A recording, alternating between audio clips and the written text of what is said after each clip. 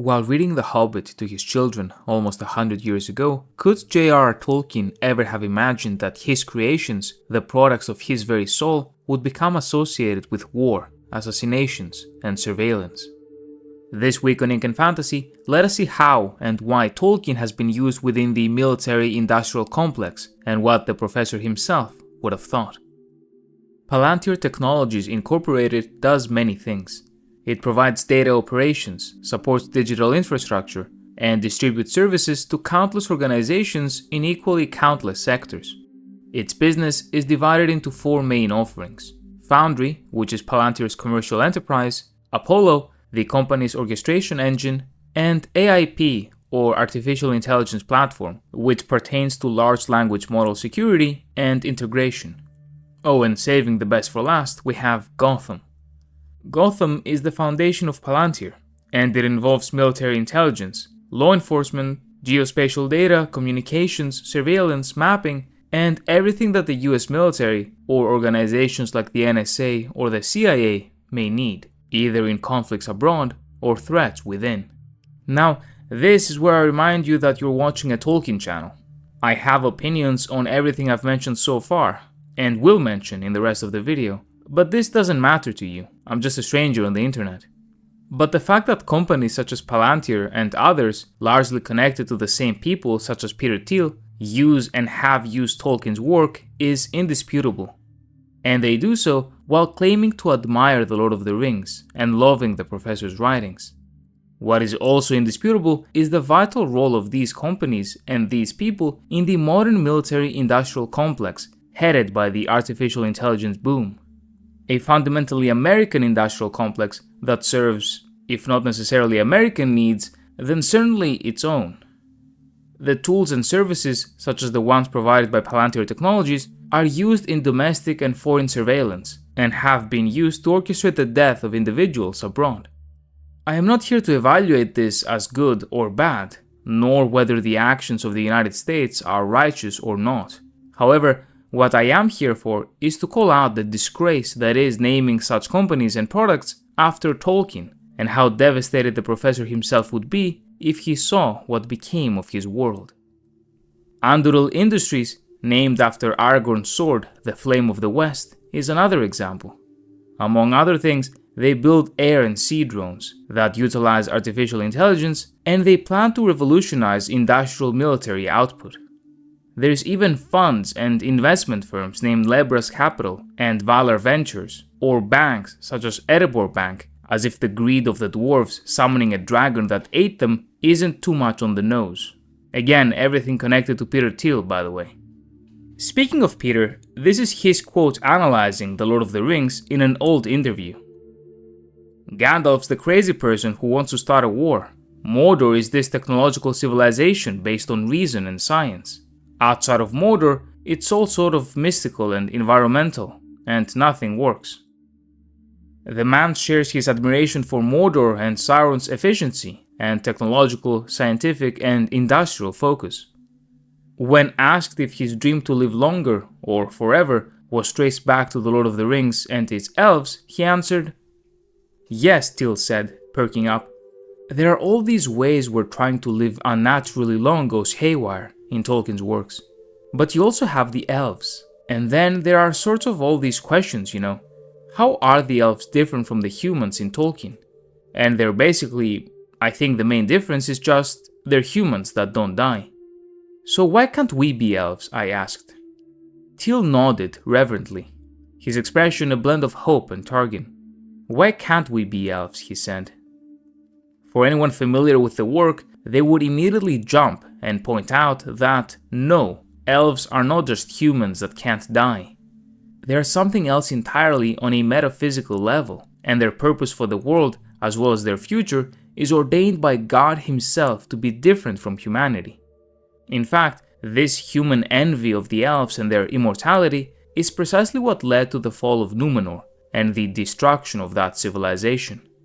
Immortality was not meant for man, and so its pursuit was punished by God with annihilation. Death was supposed to be man's chance to exit the bounds of mortality and unite with God, to be a freedom from the sorrow of the world that the elves were doomed to live through again and again. Sauron created for the Númenóreans a fake god with the name of Melkor, a god that would never say no. Such a god does not exist, at least according to Tolkien, and so such pursuits led to the fall. To say why we can't be elves is quite literally Sauron's lie trying to deceive Ar-Pharazôn. It is similar to Satan's lie in the garden. Peter claims to have read The Lord of the Rings at least 10 times.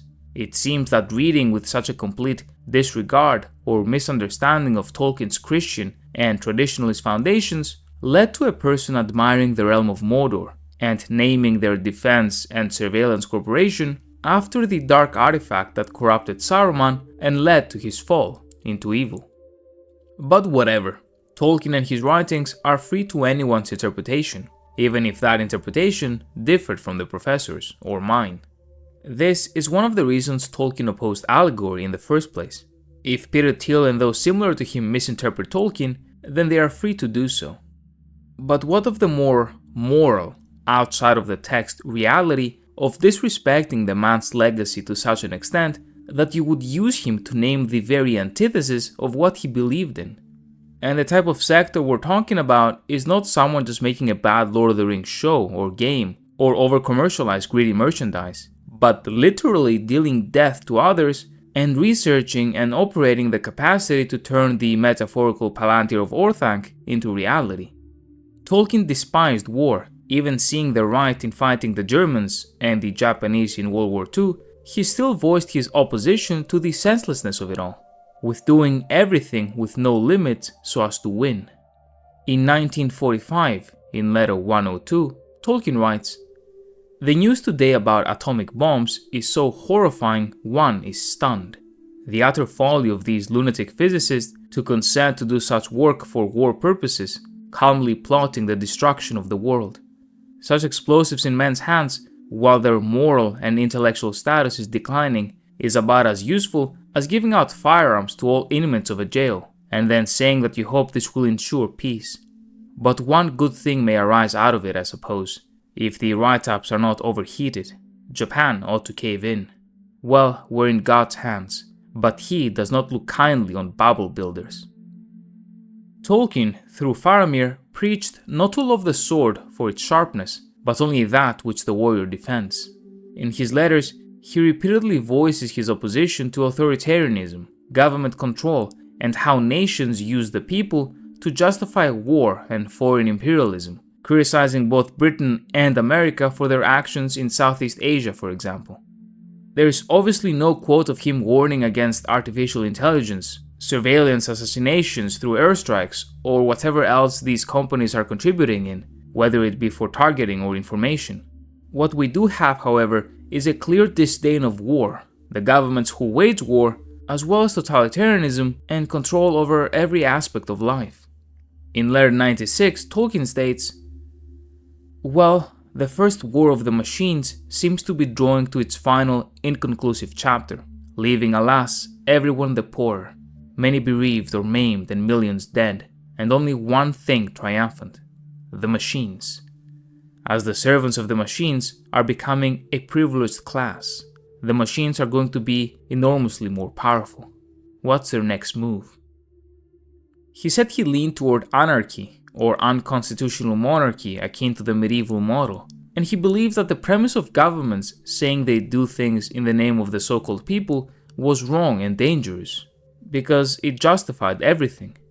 It may seem like I moved away from the topic of these companies, but they in fact exist in that ecosystem and they use the same justifications.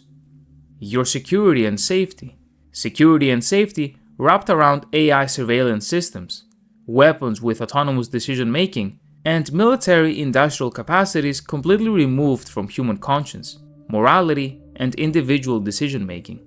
Inherently, even the idea of them reminds you of Melkor and Sauron, regardless of if they've only been used to eliminate actual threats and legitimately evil people. It is as if you tried to use the ring against Sauron. In letter 75, he writes, "Labor-saving machinery only creates endless and worse labor, and in addition to this fundamental disability of a creature is added the fall, which makes our devices not only fail of their desire, but turn to new and horrible evil. So we come inevitably from the Daedalus and Icarus to the giant bomber. Tolkien was bothered immensely on a personal level when his work was adapted incorrectly in a movie script. He fixated on the most minute of details so as to preserve the spirit of his work. Fans would send him mail of mugs and ashtrays with the ring inscription, and he wouldn't dare use them because of how evil such an inscription was, even though it's fictional. Imagine him seeing a Palantir Technologies ad alluding to Isengard or the Eye of Sauron. In 131 he says, "The enemy in successive forms is always naturally concerned with sheer domination, and so the Lord of Magic and machines. But the problem that this frightful evil can and does arise from an apparently good root, the desire to benefit the world and others, speedily and according to the benefactor's own plans, is a recurrent motive." Again, regardless of me or you or Peter, these are just some examples, and there are countless more of Tolkien repeatedly stating that the machine is dangerous, evil, and inherently unhuman. That regardless of its use, we must be very, very careful. The machines he had in mind were those of conventional war. They were those of polluting factories and trees being lost. I would argue that our machines would have scared him a lot more, and their uses can be darker than anything he could have ever imagined. And, in a dark twist of fate, it is his writings and his names that have become one with the future of warfare. In the end, I don't know why his world was taken and used like this. Maybe these people found it genuinely cool and just misunderstood the world, or they understood it but simply didn't care. Maybe they wanted to appeal to a certain audience. I don't know. And I do not care if you agree with their use, but the hill I will die on is that the very use of these names by these companies is a disgrace.